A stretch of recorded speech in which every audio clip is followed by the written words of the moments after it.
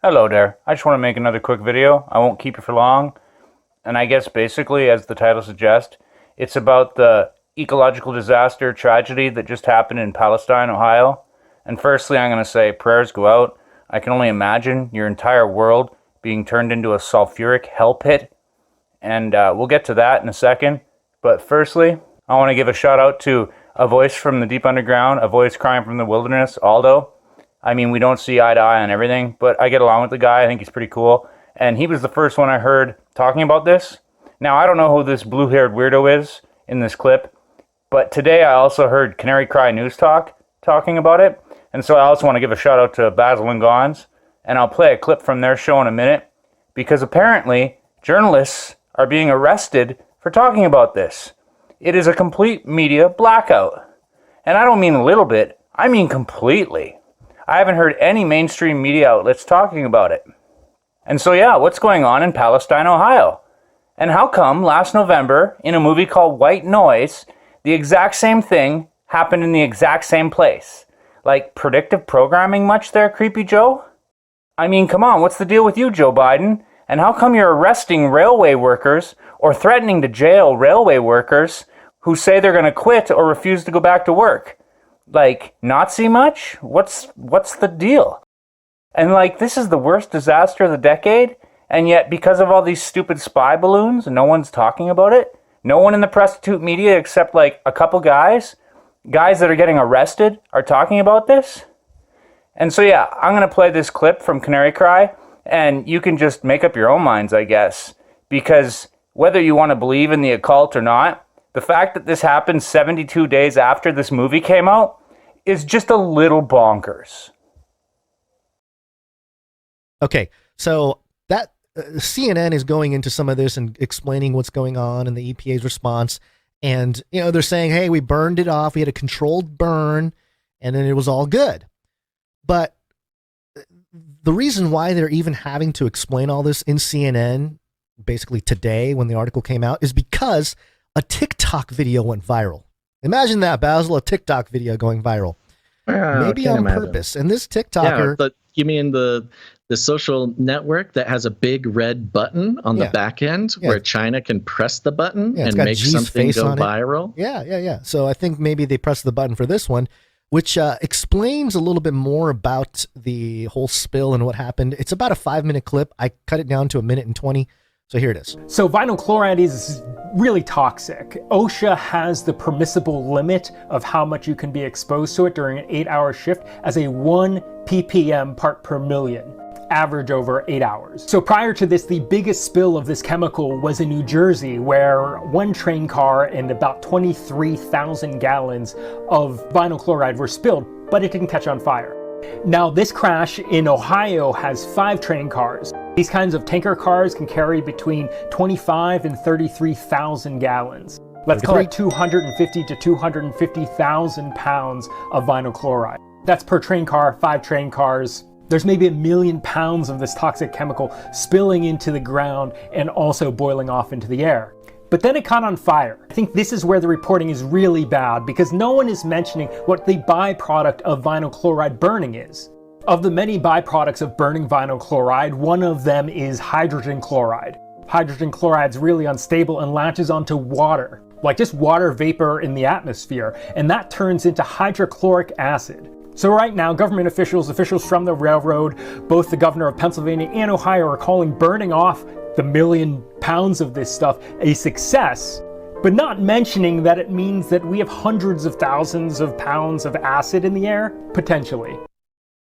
Well, that's good. Wow. You know, hundreds of thousands of pounds. That's serious business. Yeah, of in the air.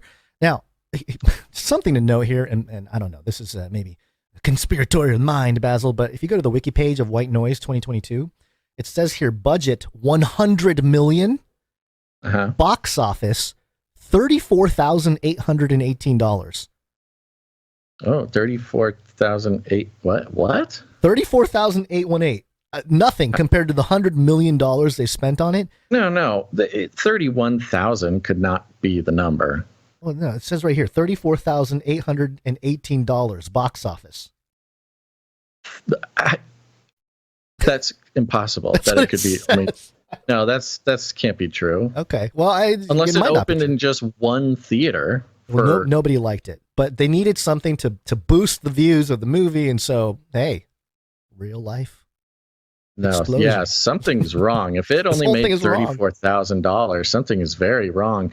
But listen to this: if it came out on November 25th, and the train crashed on the 5th. 72 days. Ooh, there it is. 72 days. Of course. And just in case anybody is wondering what that means, I'm over here at thephoenixenigma.com, an occult website where they go through this sort of thing. The number 72 is a number known in esoteric numerology to be a master number. That is a number which encompasses patterns that replicate in frequencies and vibrations, certain energies of the manifested universe. Woo. But listen to this. I believe there is an as of yet unrealized significance between the numbers 72 and 23. Ooh, hey. Yeah, so you have an occult master number of days between the movie releasing in the U.S., and if it only made $34,000, now 33 would have been great, but it only made $34,000, that means they maybe put it out for a weekend in one theater or something, or a very small handful of theaters.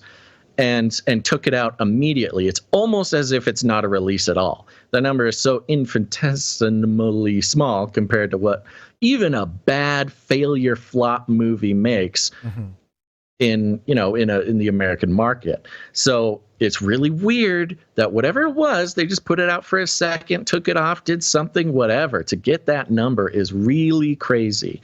Yeah. But then 72 days later, the occult master number 72 happens for real. The movie happens for real. If we're talking about, spell casting and magic or whatever, if that's the lens in which you choose to look at this through, in this case, which you certainly don't have to. There's others too, but it's pretty weird that when we're talking about public displays of occult ritual, this stinks of it. Yeah. And then the balloons came.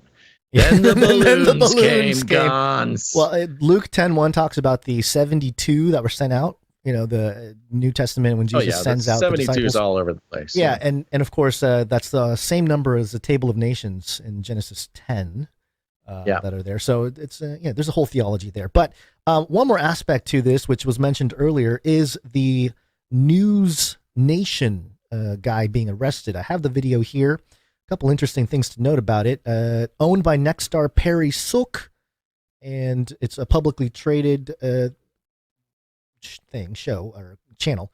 WG in America, which reaches 75 million homes, has barely made a dent in the news rating. Only 250,000 viewers, so kind of a dying news outlet, which is a great reason to stage an arrest of one of their reporters. News Nation correspondent Evan Lambert complying with orders while on air, ending his live shot during Governor Mike DeWine's press conference Wednesday. But it's the moment that follows when the situation escalates. 4 officers approach Evan, multiple cameras rolling nearby. Evan audibly explains he was simply doing a live shot in accordance with the rules and the law. You can hear as the situation becomes more tense, Evan says, "Don't touch me." As he begins to walk back toward the press conference, officers remove Evan from the gym and forcibly take him to the ground, cuffing him.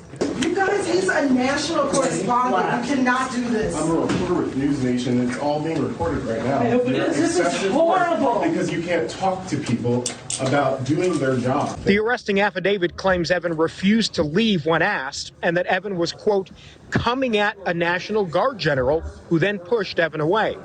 That version of events, however, not what we see on video. Evan was charged with criminal trespass and disorderly conduct and placed in the back of a squad car. He had this to say. What do you want to say to people watching this? It's tough to do your job in America in 2023, but we'll keep doing it. And so, I guess that's really all I got to say about that. I just think it's insane that this kind of thing would happen and there'd be such a media blackout. Again, prayers go out to the people who have to survive this and live there. And also, again, shout out to Canary Cry News Talk. They're like the only news channel I can even watch. But I mean, I just don't get it. Between that and that Rihanna chick doing the Whore of Babylon red scarlet woman ritual in the Super Bowl halftime show, between that and this, it's been a pretty weird weekend for news. And I mean, freedom of speech, I don't even know how much that's going to last. Like the reporter said in that clip, it's pretty hard to do your job in 2023 these days in America or Canada. And I mean, it's just getting worse and worse. However, that being said, I'll call it a video here. And again, prayers go out for Palestine, Ohio. How something like this can be swept under the carpet is beyond me. But I pray that other things like that TikTok video go viral regardless, and that this gets out, because, I mean, you can't ignore that. If you want to call that a coincidence, because anyone who calls that a coincidence, that a movie came out talking about the exact same thing in the exact same place, and if you want to call that a coincidence, I honestly got to wonder if you have a brain, really. I mean, like, what? And so, yeah, I don't know what else to say. But I thought that was the most Orwellian thing I've seen all year. And yeah, I had to make a video about it. So I guess that's all I got to say about that. Peace out.